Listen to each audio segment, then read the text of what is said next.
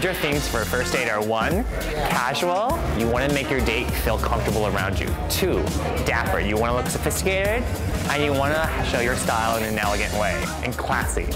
The third thing is tactile. Whatever you're wearing has to feel good to the other person, because remember, on a first date, someone's going to be touching you. So you want them to actually feel good when they're touching your clothes. Leather is always the way to go on a first date. People can touch you, it feels nice to touch, you know, it's fun. You want to make sure that it's fitted on the side, because if you get the leather jacket fitted on the side, it will actually make you look skinnier and slimmer. On the inside, I paired him with a nice collared and button-down shirt that's a white print with a little bit of floral blues.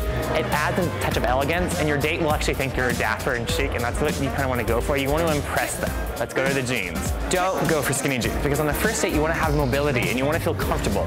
If you're wearing the seersucker skinny jeans, they make you look awesome on you and show all your attributes, but you're going to feel like you can't walk. It's going to be that starched feeling. When you go to the store, you want to do 2 things. 1, you want to make sure that they fit your hips right here, and a good tip for that is to actually put your 2 thumbs in the front of the seams, and if your thumbs fit in the front of your waistband, that means they fit. On the legs, you want to make sure that they fit you, but they're not totally baggy, so go try on a couple different pairs. Now, on the shoes, the best part.